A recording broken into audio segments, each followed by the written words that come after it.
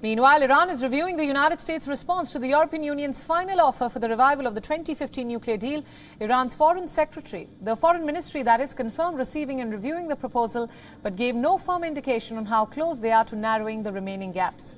Iran further confirmed that it will share its views with the European Union, which is a coordinator of the nuclear talks, upon completing its review. The US response, currently being viewed by Iran, came after the country responded to the EU's text with additional considerations last week, while calling on the United States to show flexibility to resolve the remaining issues. The US State Department spokesperson Ned Price also confirmed that Washington had responded to Tehran's comments on the EU's final proposal, in which Iran would see sanctions relief and be able to sell its oil again in return for severe limits on its nuclear program. The US and Iran have been involved in indirect talks for 16 months now, with European Union officials shuttling between both the sides. The EU Foreign Policy Chief Josep Borrell on August 8th had confirmed that the bloc had laid down a final text and expected a response within a few weeks. A revival of the pact between Tehran and Washington appeared close in March. However, it was stalled further after the two nations broke down over differences in Vienna. That included Iran's demand that the US provides guarantee that no future president would exit the agreement as Trump did.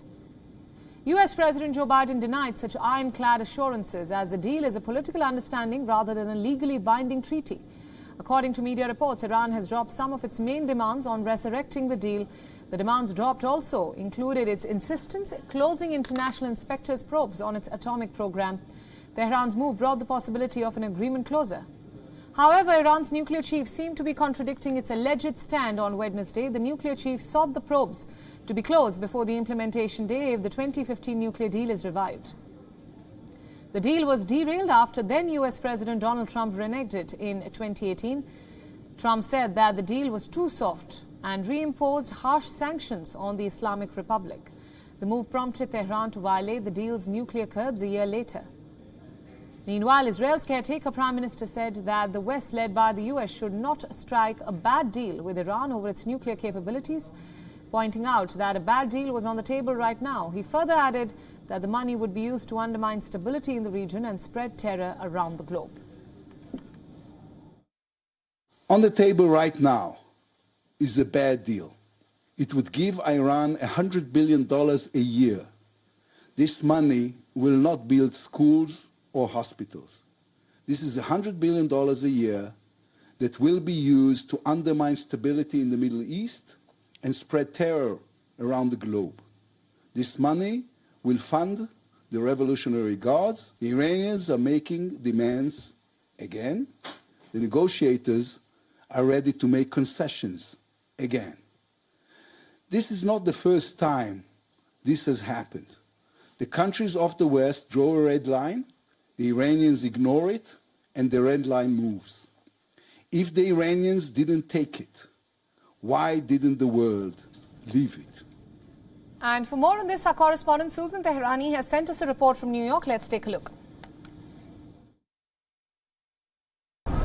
It seems the United States and Iran are inching closer to reviving the 2015 Iran nuclear deal after 17 months of negotiations. The United States relayed its response to Iran through the European Union. Iran still refuses to negotiate with the United States directly. As for the content of the deal or this response, U.S. officials continue to remain tight-lipped. A person familiar with the U.S. response said that it does focus on economic guarantees. The person declined to give details, but said the response, quote, falls short of Iran's expectations. So now we have to see if they realize this is as good as it gets or decide to push for more. Susan Teherani reporting from New York for WION World is One. WION World is One is now available in your country. Download the app now and get all the news updates on the move.